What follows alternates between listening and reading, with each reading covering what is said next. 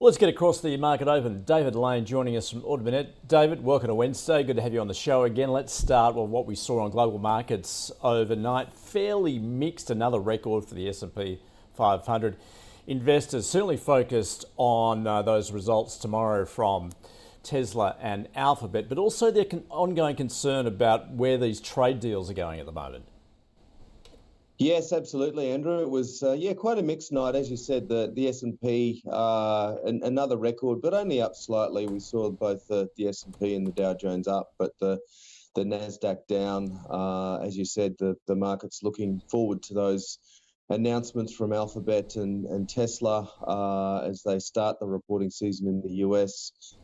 But the market is looking for a very positive result out of Alphabet, because we saw the stock was up slightly last night, but over the last 10 days, it's had a really positive run, and it's up nearly 10% across those 10 days. So as they head into the announcement that comes out, should be out relatively soon, that the market's looking positively towards that.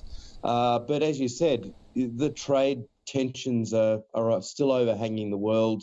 We saw the European markets, Germany and France were down quite a bit. Germany was down over 1% last night. They did have some negative profit results, or not negative results, but not in line with market expectations. SAP, one of the large cloud providers, they had a bit of a mixed result, so their shares were sold off. But one of the things that's overhanging both the German and French market is that tariff uncertainty and what might happen with the EU. So, mixed lead into our market this morning.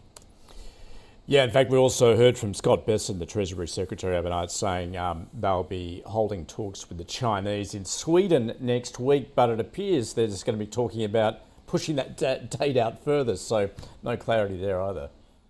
No, that's exactly right, and that's the problem that the world has.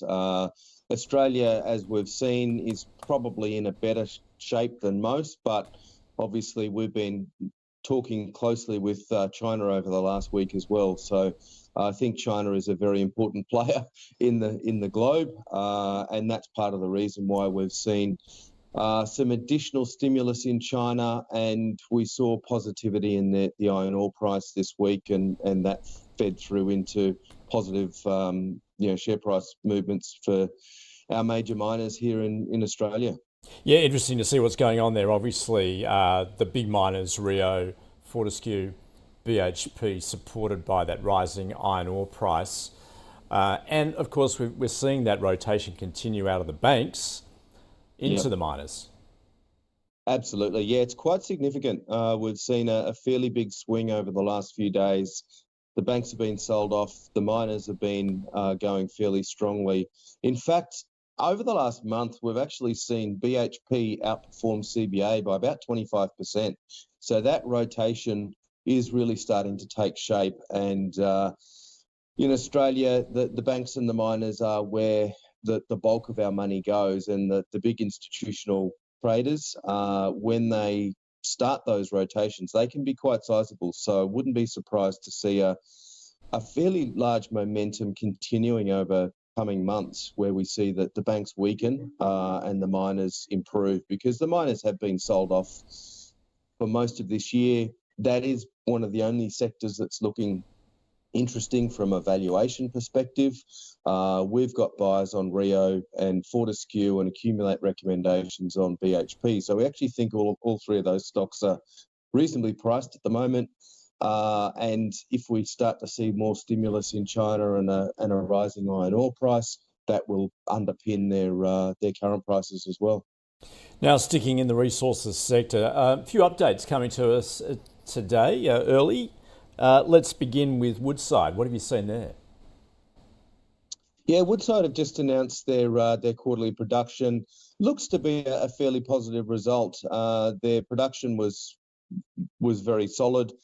Interestingly, they've also reaffirmed their long-term production forecast, but they've actually downgraded to the positive side their cost guidance. So I think we might well see a little bit of positivity in Woodside, although having said that, we did see the oil price off last night. So swings and roundabouts there. But I think overall, the Woodside announcement looks like they're on track and they're doing the right thing. They've also given a further update on their large LNG project in Louisiana. So they're continuing to expand in the US.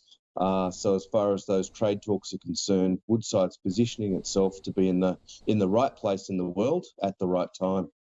Okay, and in the uranium space, Paladin also out with an update. Yeah, Paladin came out with an update mainly on their Langer Heinrich mine. They've started production there, so their production's ramped up fairly strongly, up about 33%. So it looks, again, like a relatively positive announcement. I think the market was anticipating that, so it was really just a confirmation of the fact that their ramp up and their beginning production at that Langer Heinrich mine is on track and that their cash flow looks fairly solid. So I think, that looks like a reasonable announcement for Paladin as well.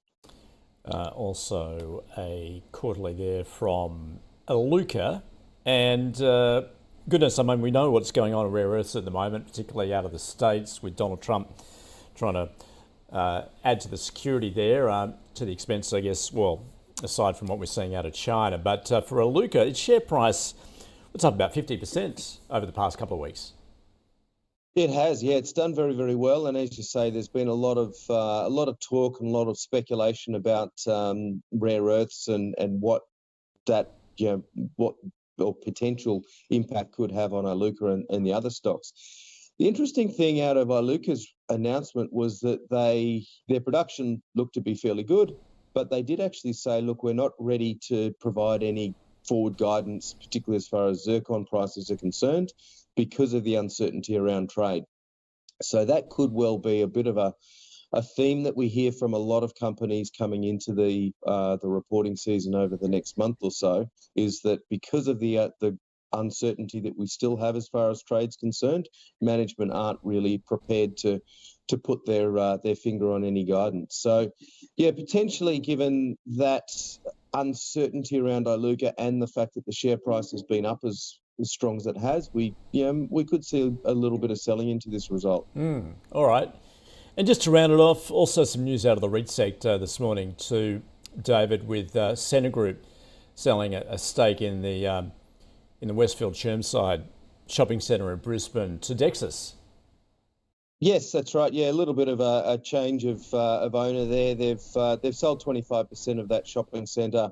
One of the only major shopping centre deals that's been around for quite some time. So they've sold that for $683 million to a Dexus property trust at a cap rate of 5%. So will be interesting to see. We think that both Centre Group and Dexus are a reasonable value at current prices. And for Centre Group shareholders, management have actually said that they're, as part of that sale and as part of their ongoing capital management, that their distributions are currently allowed for, and there's the potential that they'll start to increase those distributions over time. So for investors looking for a bit of yield, Centre may be one of the ones to have a look at.